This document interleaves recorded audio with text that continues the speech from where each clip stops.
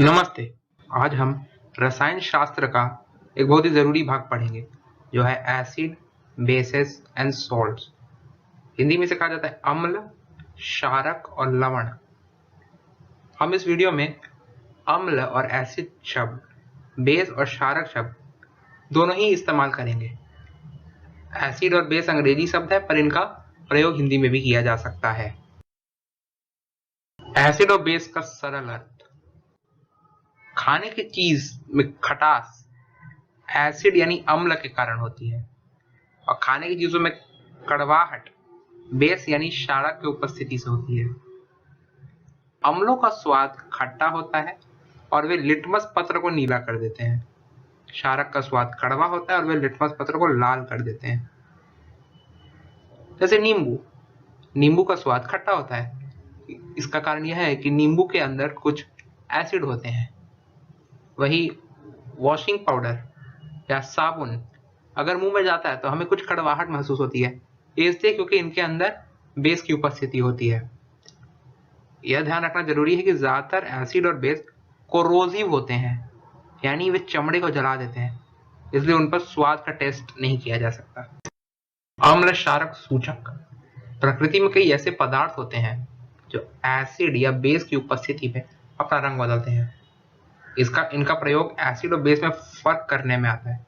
इन्हें सूचक कहा जाता है। कुछ उदाहरण है लिटमस, फेनोल्फथालीन, मिथाइल ऑरेंज और यहाँ तक कि हल्दी पाउडर। हम लोग लिटमस का प्रयोग सबसे ज्यादा करते हैं।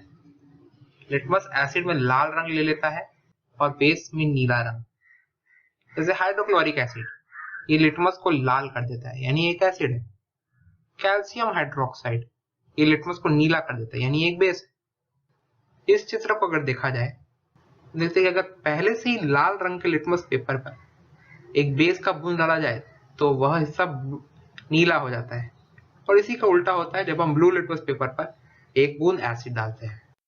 अब हम देखते हैं कि एसिड और बेस धातु के साथ कैसी प्रतिक्रिया करते हैं। उदाहरण के लिए एक फ्लास्क में जिंक के कुछ कणिक लीजिए, उस पर धीरे धीरे सल्फ्यूरिक एसिड डालिए।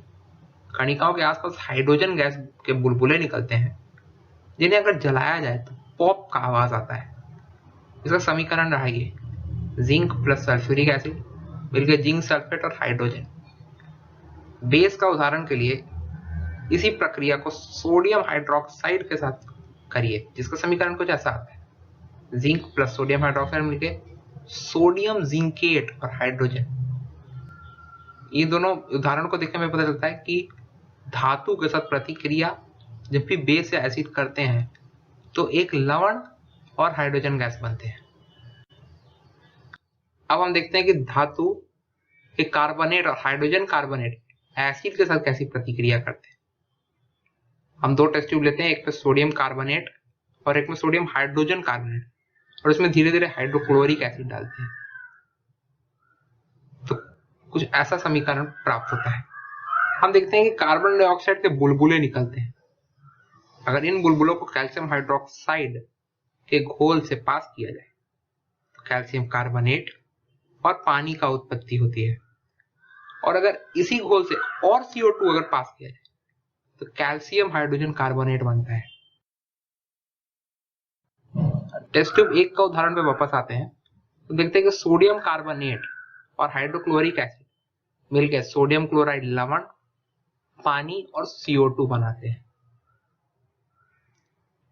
तो हमें क्या पता चलता है कि जब धातु के कार्बोनेट या हाइड्रोजन कार्बोनेट एसिड के साथ प्रतिक्रिया करते हैं तो लवण और पानी की उत्पत्ति होती है। अब हम जानते हैं कि एसिड और बेस दोनों के खुद के बीच कैसी प्रतिक्रिया होती है। एक टेस्ट ट्यूब में सोडियम हाइड्रोक्साइड का घोल लीजिए, उसमें फेनोल्फथालीन सूचक डालिए और रंग पे ध्यान दीजिए। अब ट्यूब में हाइड्रोक्लोरिक एसिड डालिए और रंग परिवर्तन पे ध्यान दीजिए। तो सबसे पहले हम देखते हैं कि सोडियम हाइड्रोक्साइड हाइड्रोक्लोरिक एसिड के साथ प्रतिक्रिया कर सोडियम क्लोराइड लवण और पानी बनाता है। ऐसा ही कुछ तब होता है जब हम कैल्शियम हाइड्रोक्साइड और सल्फ्यूरिक एसिड को मिलाते हैं। इस उदाहरण को करने पे हम देखते हैं कि घोल का रंग पहले गुलाबी था और फिर वह बेरंग हो जाता है। यानी एसिड और बेस की प्रक्रिया होने पर एक न्यूट्रल यानी उदासीन लवण बनता है, जो ना ही एसिड है और ना ही कोई बेस है। अब हम एसिड और धातु ऑक्साइड के बीच की प्रक्रिया देखेंगे, जो एसिड और बेस की प्रतिक्रिया के समान है। बीकर में कॉपर ऑक्साइड लेते हैं, उसमें धीरे धीरे हाइड्रोक्लोरिक एसिड डालते हैं, एक नीला घोल बनता है और कॉपर क्लोराइड बनता है जो इस घोल में घुल जाता है। कॉपर ऑक्साइड और हाइड्रोक्लोरिक एसिड मिलकर कॉपर क्लोराइड एक लवण और पानी का उत्पाद करते हैं। धातु ऑक्साइड जो यहाँ पे कॉपर ऑक्साइड है, वो हमेशा एक बेस यानी क्षारक होते हैं, तभी वह इस तरह का एक प्रतिक्रिया दे सकते हैं। और दूसरी तरफ बेस और अधातु ऑक्साइड की प्रक्रिया हम देखते हैं, जिसमें कैल्शियम हाइड्रोक्साइड और कार्बन डाइऑक्साइड के बीच अभिक्रिया होती है। कैल्शियम कार्बोनेट का उत्पाद होता है और पानी भी निकलता है। यह प्रतिक्रिया भी एसिड बेस प्रतिक्रिया जैसी ही है। तो इसे हम यह बताते हैं कि अधातु ऑक्साइड जो यहाँ पे कार्बन डाइऑक्साइड है, वे एसिड यानी अम्ल होते हैं। अब एसिड और बेस के बीच कुछ समानताएं देखते हैं। दिए गए चित्र के अनुसार हम एक इलेक्ट्रिक सर्किट बनाते हैं। बस इस बीकर के अंदर स्थित जो घोल है उसको हम बार बार बदलते हैं। अगर हम घोल में कोई एसिड या कोई बेस लेते हैं तो ये बल्ब जल उठता है। इसका मतलब कि एसिड और बेस के अंदर बिजली तैर सकती है। परंतु अगर हम घोल में ग्लूकोज या इथेनॉल जैसा कुछ लेते तो ऐसा नहीं होता, क्योंकि ये एसिड या बेस नहीं है।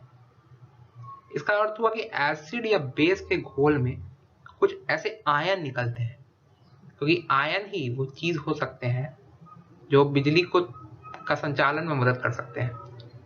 हमें यह पता चला है कि एसिड हमेशा H+ आयन देते हैं और बेस हमेशा OH- आयन दिया करते हैं।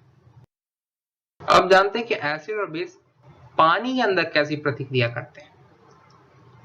टेस्ट ट्यूब में सोडियम क्लोराइड और सल्फ्यूरिक एसिड लेते हैं तो हाइड्रोक्लोरिक एसिड के वाष्प निकलते हैं।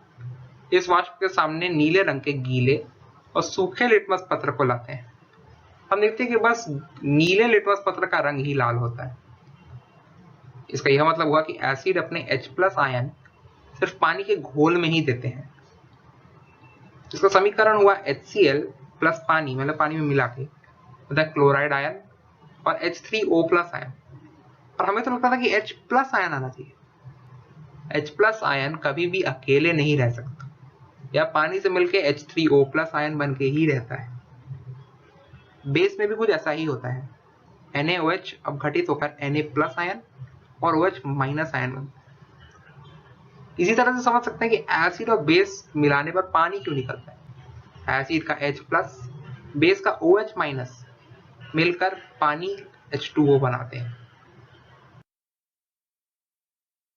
अब एसिड और बेस के बीच में जो ताकत का अंतर है, उसके हम कुछ उदाहरण देखते हैं।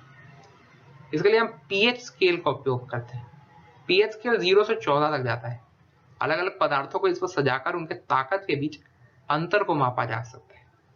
7 pH का मतलब उदासीन पदार्थ, यानी जो ना एसिड है ना बेस। 0 से 7 pH का मतलब हुआ एसिड पदार्थ, उदाहरण के लिए हाइड्रोक्लोरिक एसिड। 7 से 14 pH का मतलब हुआ एक बेसिक पदार्थ, यानी सोडियम हाइड्रोक्साइड। pH जितना कम होता है, एसिड की ताकत उतनी ज्यादा होती है। pH जितना ज्यादा होता है, बेस की ताकत उतनी ज्यादा होती है। कुछ उदाहरण देखते हैं। खाना पचाने के लिए पेट में HCl, इसका pH 1 होता है, का उत्पाद किया जाता है। pH 1 का मतलब यह काफी ज्यादा एसिड की ताकत है। पेट में ज्यादा HCl बनने से पेट में जलन होता है, और इसे ठीक करने की दवाई में मुख्यतः मैग्नीशियम हाइड्रोक्साइड का प्रयोग किया जाता है, जो एक बेस होता है जिसका pH होता है 9। यह भी काफी ताकतवर pH है। यह मैग्नीशियम हाइड्रोक्साइड हाइड्रोक्लोरिक एसिड से प्रतिक्रिया कर पानी और लवण बनाता है, जो पेट की जलन को खत्म कर देता है। हमारा शरीर pH 7 से लेकर 7.8 के बीच में काम करता है, बहुत बढ़िया से। एक और बात जानने लगी है कि दांत तब सड़ते हैं जब मुंह में पीएच 5.5 से कम हो जाता है, यानी जब मुंह के अंदर के एसिड की मात्रा काफी बढ़ जाती है। इसी तरह से हम लवण का पीएच भी माप सकते हैं। अगर ताकतवर एसिड और ताकतवर बेस से मिलकर कोई लवण बनता है तो वह उदासीन होता है, जैसे सोडियम क्लोराइड जो हाइड्रोक्लोरिक एसिड और सोडियम हाइड्रोक्साइड के मेल से बनता है। ताकतवर एसिड और कमजोर बेस के मेल से बनने वाला लवण एसिड होता है। उदाहरण के लिए अमोनियम क्लोराइड जो हाइड्रोक्लोरिक एसिड और अमोनियम हाइड्रोक्साइड के मेल से बनता है।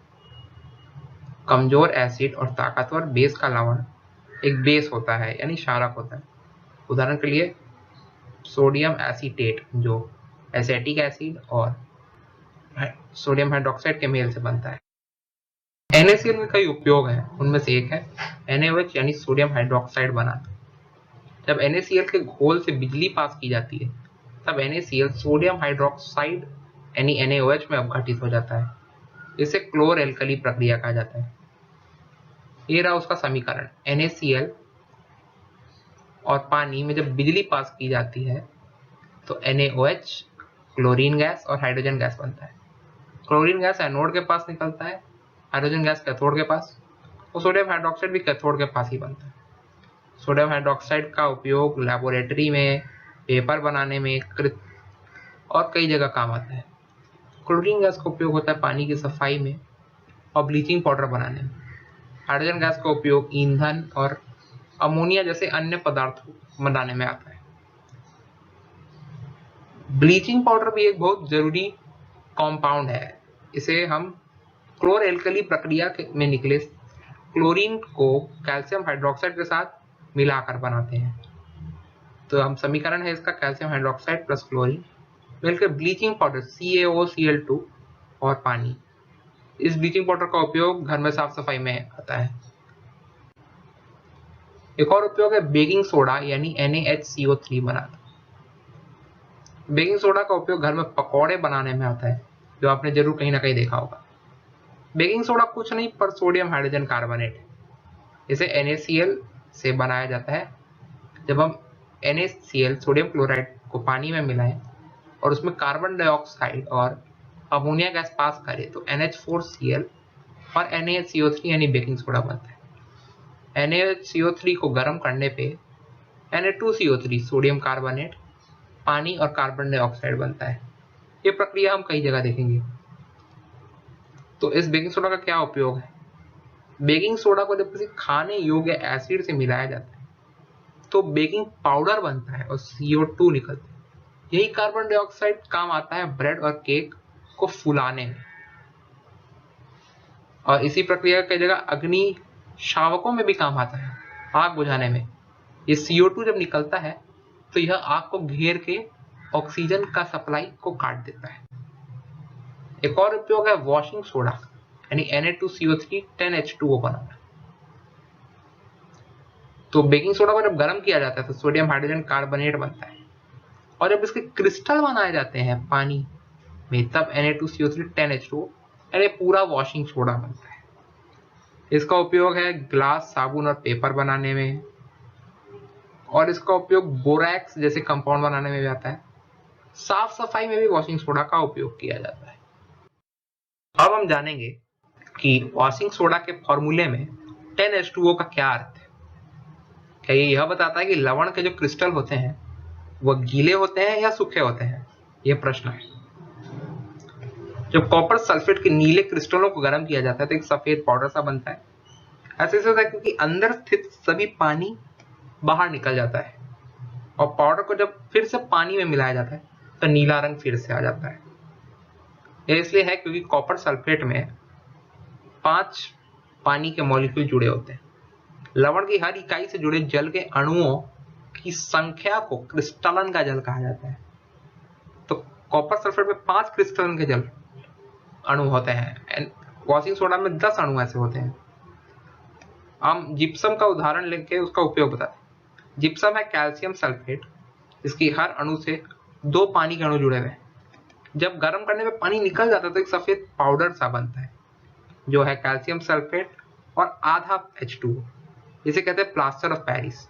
आधा H2O का अर्थ होता है कि 2 कैल्शियम सल्फेट के अणु एक पानी के अणु को एक दूसरे में बांट के रहते हैं। जब कोई हड्डी टूट जाती है तो इसी प्लास्टर ऑफ पेरिस को पानी से मिलाकर परत दर परत चढ़ाया जाता है।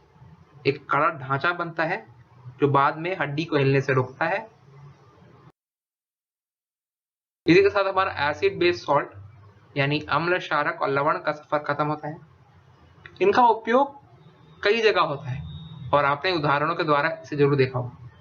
हम उम्मीद करते हैं कि आप अपने असली जीवन में भी इसी के उदाहरणों को अपने आसपास देखें और समझें। धन्यवाद।